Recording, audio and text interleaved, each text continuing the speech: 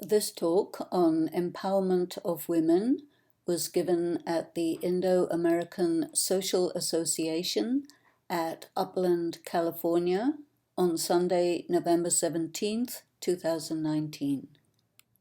I was just saying that I have a TV channel, YouTube TV channel, and other channel called rajayoga.tv, and there is a series of videos called Empowering Women of the Future.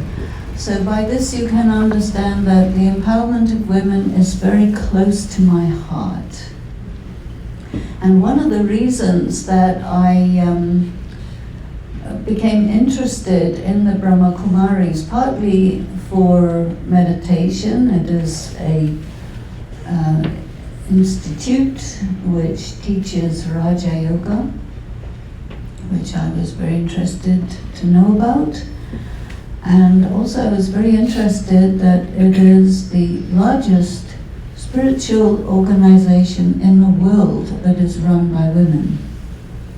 And I found that very interesting, that it is, according to the Constitution, the head must be a woman. Isn't that unusual? And why is that? What is it about women that is suited to spirituality? And I think historically, biologically, intuitively, in many, many ways, women are internally oriented. And women are the ones who keep the fire in the house, right? Who keep the fire. Women are the ones who take care of the seeds for agriculture. This is the prerequisite of women.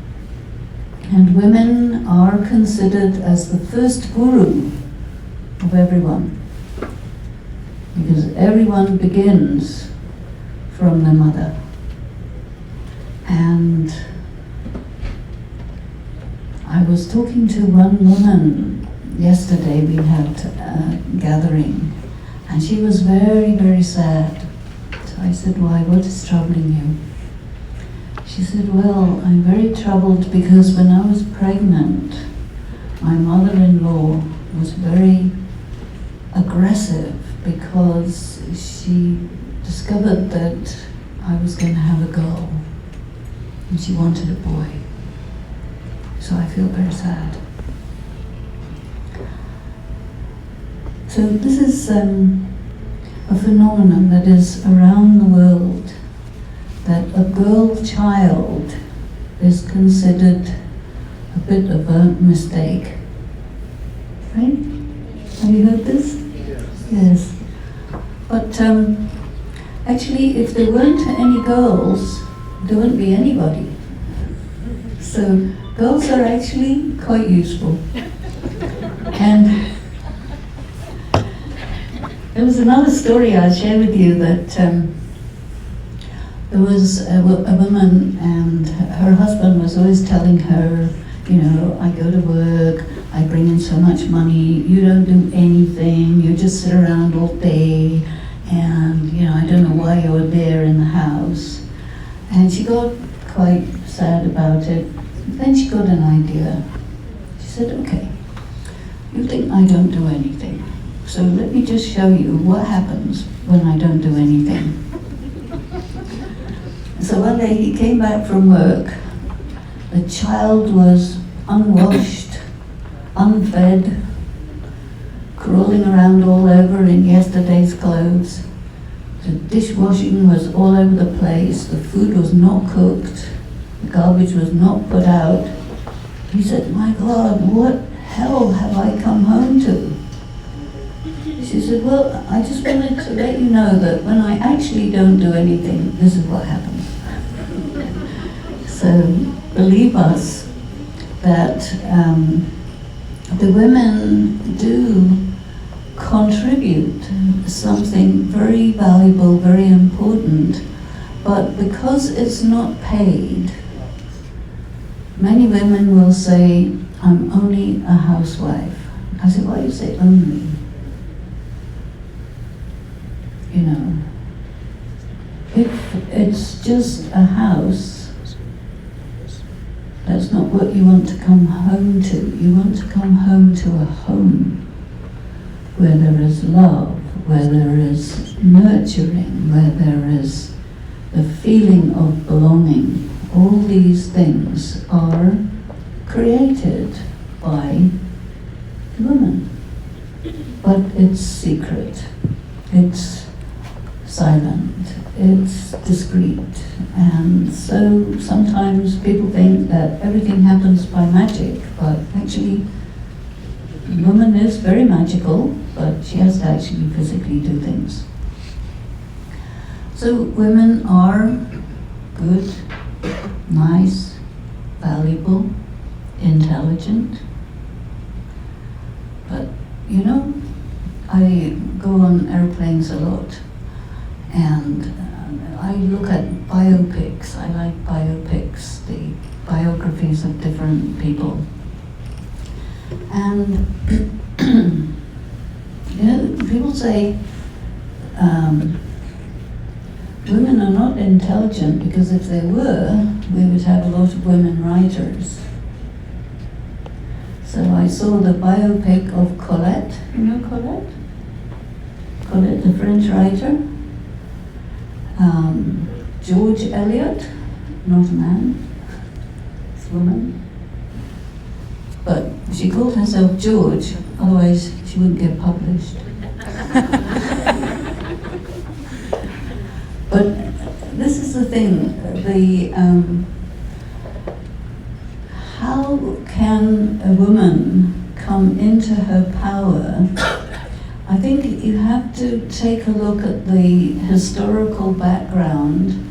I'm much more familiar with the European sort of socio-historical background than India, but I was doing a program which was a course for universities in India called Postgraduate Diploma of Education in Values and Spirituality.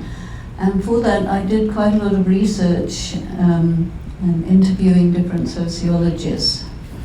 And one person gave me a book called Caste as Woman. I don't know if you're familiar with this book. Very interesting book, which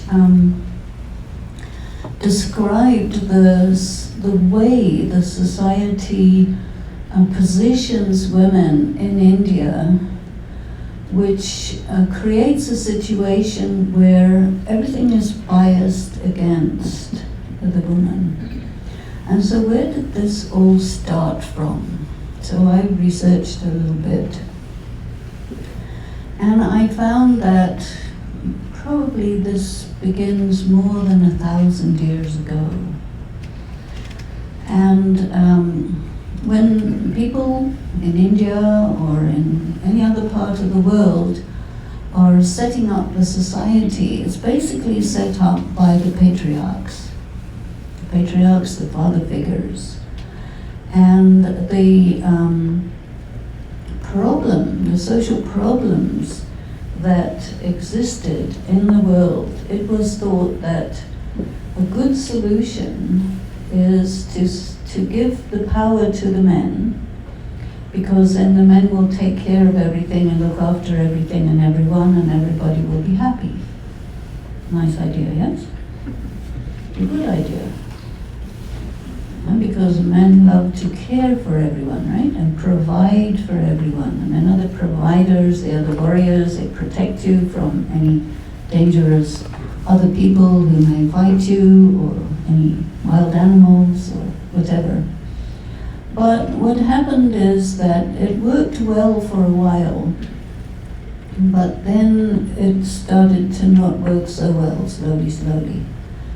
And why it persisted is basically because of the drishti. When you look through your eyes and you see another human being, you see a man or a woman. You see the gender. You see the age.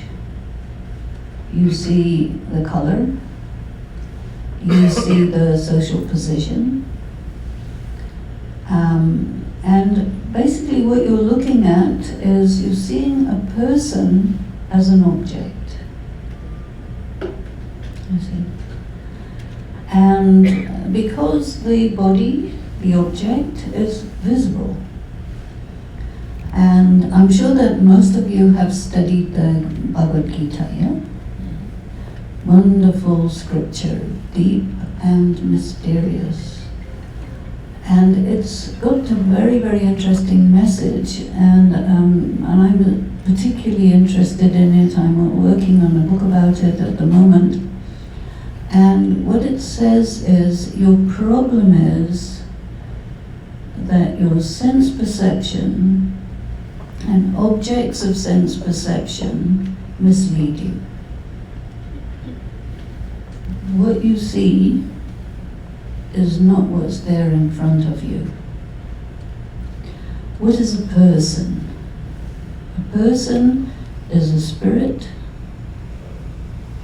expressing through a body. Have you seen dead body? You must have. Dead body, there's nobody there.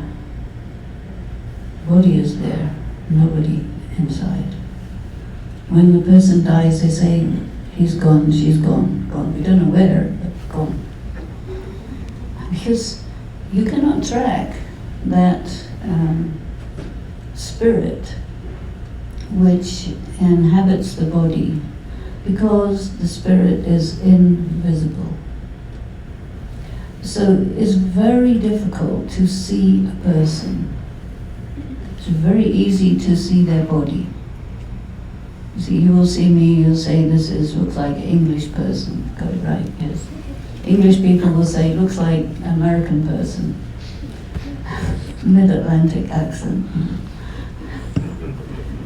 Because we're influenced by our environment and so on. But who are you is a difficult question to answer. Generally speaking, your identity, you will give your profession, you will give your education, you will give your nationality, all this type of thing. But who are you, the being, is much more difficult. So meditation is relevant in the question of women's empowerment, because meditation is based on spiritual knowledge. Which is why I bring up the question of the Bhagavad Gita. Because the Bhagavad Gita is the knowledge that's the foundation of meditation. So meditation, in the way that I define it, it is deep thought about what is worth thinking about. And so the most important thing to think about, it is said in India, Swachintan and Ishwar Chintan. Do you think these two are most important things to think about? So when you think about yourself, there's two questions. One is, what am I? And the other is, who am I? The first one is easier to answer. What am I? I'm a spiritual being in a physical body. But then who am I is much more subtle. It has to do with what your motivations are. Why you do what you do. And the Gita is all about karma. Why do you do this and not that? It says in the Gita, you are your own best friend and your own worst enemy. Most people don't know that this statement comes from the Gita. It's so modern, but it comes from 5,000 years ago. When you go against your conscience, you are your own worst enemy. When you follow your conscience, you are your own best friend. But curiously enough, most of us go against our conscience in a variety of situations on a daily basis, which is strange because this is your own rules for your own self. Why would you go against it? And mostly because of the consequences. Because the prevailing social attitudes are on some occasions in opposition to the voice of conscience. Have you experienced this? Sometimes. And it happens a fair amount around the subject of women. Because the word woman or the word man is a description of your body. But it's not actually a description of your soul. Because souls don't come, female souls and male souls. It doesn't happen like that. Souls are genderless. Is that right? So when you're thinking about yourself, the Swachintan part, I am an invisible, genderless being of light. Is that correct? And mostly everybody here is from India, so mostly you will be used to the idea of reincarnation, yeah?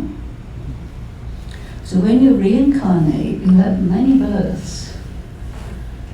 And according to spiritual philosophy, half of your births in a male body and half of your births in a female body. So you can't really say what you are. If you're a male this time around, maybe female next time around, maybe last time around. You're a female this time around, maybe male next time around. Have you thought about that? So when you start looking at it like that, and you start looking at a person, you see something a little bit more like Vishnu. Vishnu? Vishnu has the 4 arms. 2 arms of Lakshmi, 2 arms of Narayan. Yes? So Vishnu is a symbol of the compatibility and this. I'm not really saying that men and women are equal, because they're different. But every one of us has the capability to perform as a male, or the capability to perform as a female. This is inherent, this is inside. And of course the soul is influenced by the body that you are in. And from your birth, everybody will not say, who is it? They'll always say, what is it? And then the who comes later. Slowly the personality of the person emerges, and you see. But all the messages you get, you are a boy, you are a girl. Boys are like this, girls are like that. A boy's destiny is like this, a girl's destiny is like that. A boy's education is like this, a girl's education is like that. So you grow up with the distinction, gender distinction, and many other distinctions. But gender distinction is a big one because it's visible. And if you would put little boys and little girls wearing the same clothes, nowadays people do, jeans and a t-shirt is the same for everybody, unisex. And how far do we want to work with this idea of the complementarity of male and female? I think quite far. Do you like that idea? Quite far. In the women's movement, when it started maybe around the 1940s, the women found after the Second World War, when 80 million people were killed, 80 million, and most of the people that were killed were men, because they were in the front lines and they were the target. And so at the end of the war, there were very few men around, and much more women. and they had to put the world together again. This is in Europe. And so the women started to do activities that were normally reserved for men, like building roads and bridges and houses and sanitation systems and engineering and all of this, because you had to have those systems. And the women found, yeah, we can do this. We can drive cars, we can handle money, we can have businesses. Who said that we couldn't do that? We can. So it's like there's messages that women cannot do certain things. And they found that they could. And then they found that they were not allowed to do certain things. Why? Because, well, women are weak. Women are weak. Is that right? You try giving birth to a child, let's see who's weak. If you do, you'll only do it once. And how many children do the women have to bear? You know, Mumtaz Mahal died in childbirth and her 13th child. You know, and that's very heavy on the human body to produce this many children. But in many cultures, the women do not have rights over whether or not to bear a child, whether or not to have an abortion. You know, in India, the sonogram is not allowed. Ultrasound. Because there is a big skew in the gender ratio. So every year, about 700 Indian girls are eliminated. 700. That's a reasonable amount, right? And why? Because people think boys are better. That's okay, but then you get rid of all the girls, and who are you going to get married to? Yeah. You know, there's a problem, you see. So there's a kind of lack of deeper thought, you know, that you need to have complementarity between male and female. Because the foundation of human society is a couple. And when you look, according to the knowledge of meditation and the practice of meditation, when you look at another human being and you see the spirit within, then you can begin to build this complementarity. The thing about equality of men and women is, I think, misleading, because men are very good in some things that women are less good in. And women are very good in some things that men are less good in a general way. It's not across the board, but in a general way. And a child needs mom and dad both. One of the great problems in the world today is a divorce rate is very big, and many are single parent families. And in general, the kids are with the mother, and then the father is missing. And this is very difficult for a child to grow up without a father figure. Or the mother has to be both the father and the mother, and sometimes it's too heavy for her. Because to run a home and everything, if you have a mother and a father and some children and some grandparents and everyone is in balance, is better. But life is not so simple, it's not so easy. There are many things that happen which are stressful and which you may say are unjust.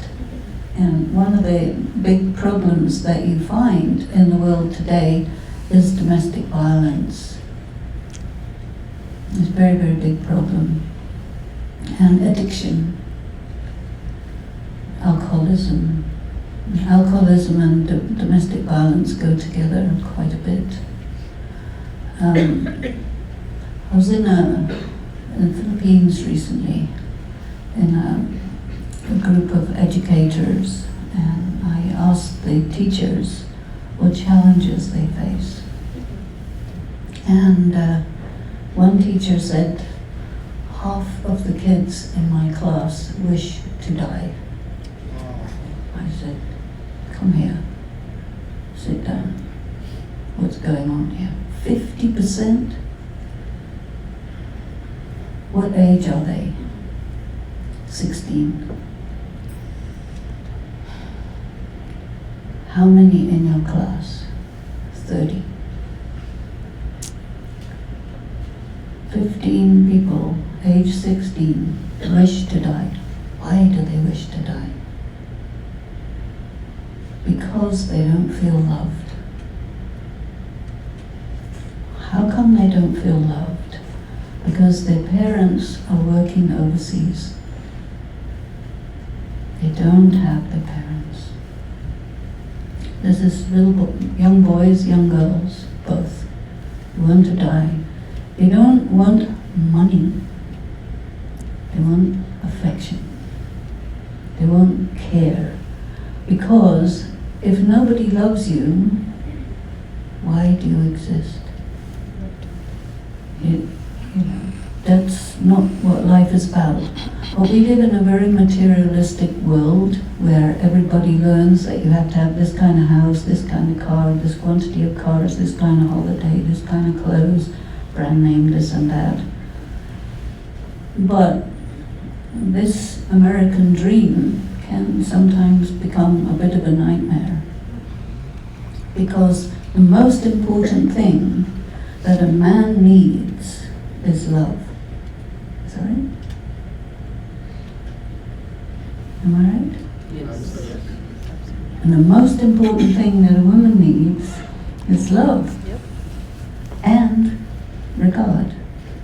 And the man needs love and regard. And the children need love and regard. You see? So when you look at another human being, and you see this is a being who may be performing as a male or performing as a female, but the intelligence is genderless. Is the intelligence part of the spirit, part of the soul? The mind is genderless. You know. One time my little brother, when he was like 6 years old, he said to me, I can't stand your girltality. I said, what are you talking about? This is a mentality. No. It's not like that. But you see how the kids are trained from very young age to think that the activity of the mind and the intellect and intelligence is also according to gender. That this is maybe propaganda.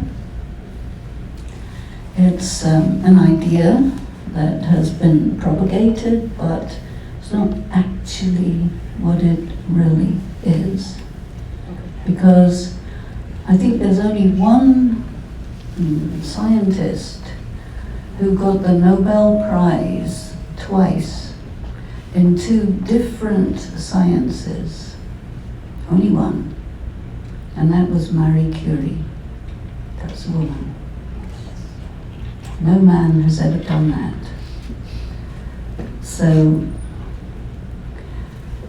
it means that the beliefs that we have about men and women are disproved by many situations, but also when you buy into a belief, you disempower yourself. So we're talking about empowering women, and one thing that I found is that it's a bit of a waste of time to try and empower a woman. No, she's not already empowered, but she has to empower herself.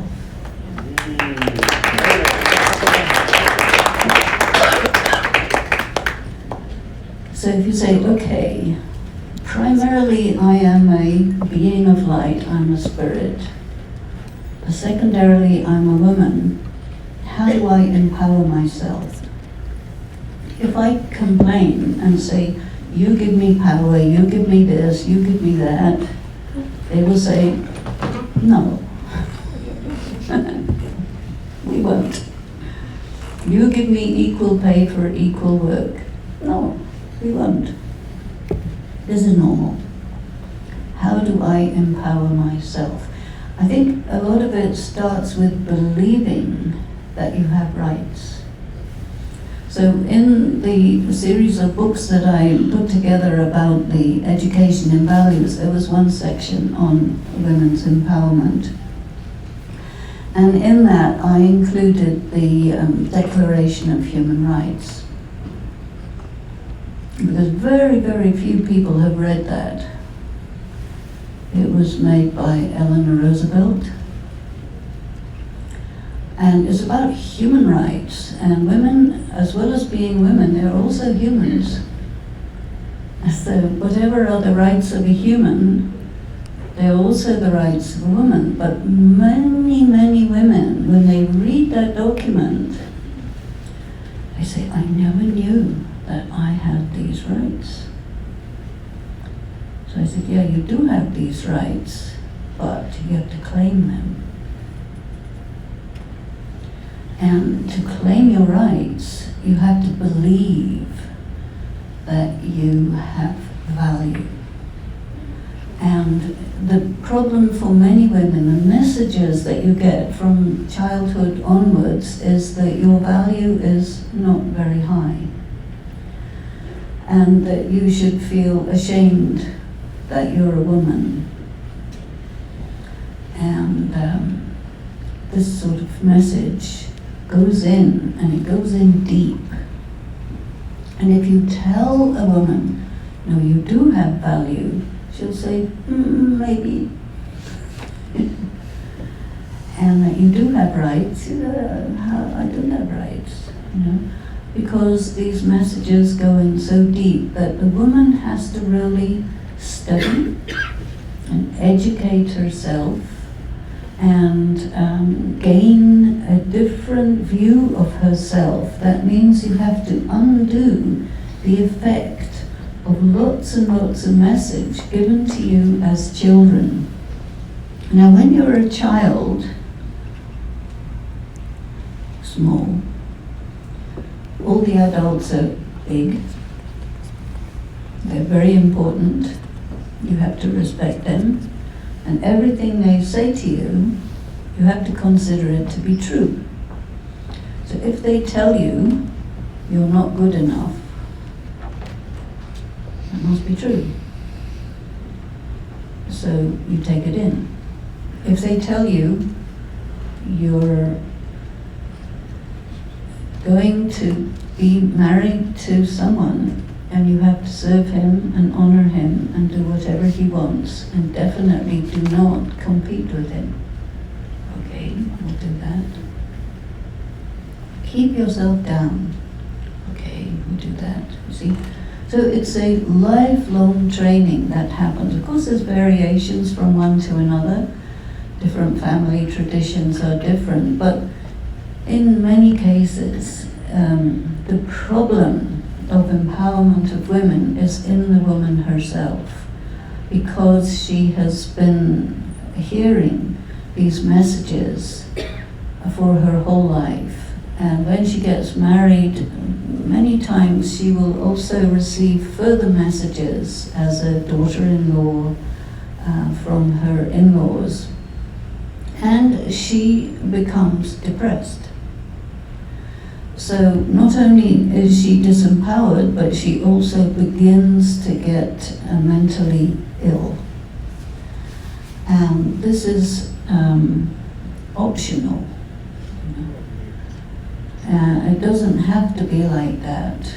But these things are age-old traditions which have been going on for a long, long time. Now, how do you change age-old traditions? And I brought up the example of what happened after the Second World War, because what I find is the best circumstances for change is drastic catastrophe. Unfortunately. Nobody wants drastic catastrophe, do we? We don't want that. But every so often it lands on our head. And I don't know about you, but what do you feel? The world at the moment is a bit unstable, yeah? Yes. It's not clear where it's going. If you talk to young kids, 8 or 9 years old, many of them will say, if you ask them, we do not see the future. We cannot see any future. And young kids are very depressed because they cannot see a future. They just see nothing. So, for me, this is a very good moment to bring in something new, because things are not set in stone, you know? And when things are not set in stone, people are kind of looking around for what is next, you know, where is it going? This is a time for innovation. So we have a lot of innovation in terms of technology and so on. This is great, we need that. But there's also opportunity for social innovation. And one of the things we're finding is a lot of people are getting interested in the spiritual side of life, which means that it's a very, very good time to think about what a person is in terms of all of us, we're spiritual beings. And we need to understand how we complement each other, gender-wise, community-wise, race-wise, religion-wise, because we're all mixed up together. You know, it used to be all separate, but now it's everything mixed together. And what this causes is, it creates a necessity that you have to go to these fundamentals, like what happened with the Rodney King thing. I was there on that day. Yeah, I was living in LA at that time. And the statement was, why can't we live together? Something like that, right? How come we can't live together? How come we are in conflict with each other? We're living in times of incredible polarity. Men against women, different religions against each other, different social stratifications against each other, north against south, east against west, the humans against the planet against the humans. Now, climate change is basically that, you know. So this is a time when something new can happen.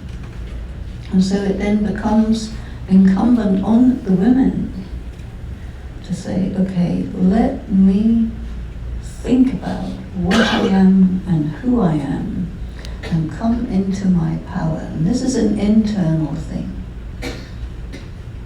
You come into your power internally, and instead of saying I can't, you start saying I can. I can handle these problems. I can stand up for myself. I can represent myself. I can get educated. I can make money for myself. I can handle kids. I can manage with the people that I'm living with. I can. And spiritual practice is very helpful at this point. When you start saying I can, you begin to realize that you don't have quite enough power to follow through the I can. And then it goes back to I can't. don't have enough power. But meditation is about drawing energy from the Supreme Being into your spirit, so that you are taking the power of the spirit to be in your power as a pure, peaceful, powerful, loveful, blissful being of light who gives love, who creates beautiful atmosphere, who has the right to develop her brain, her intelligence, her skills, and contribute and be a very beautiful, visible, and excellent part of the community. Because otherwise we just destroy each other. And that's not what we're trying to do. We destroy each other, it doesn't get us anywhere. So we must learn to negotiate our relationships, negotiate how we handle our responsibilities, money, this, that, all of these things, step by step, each and everything.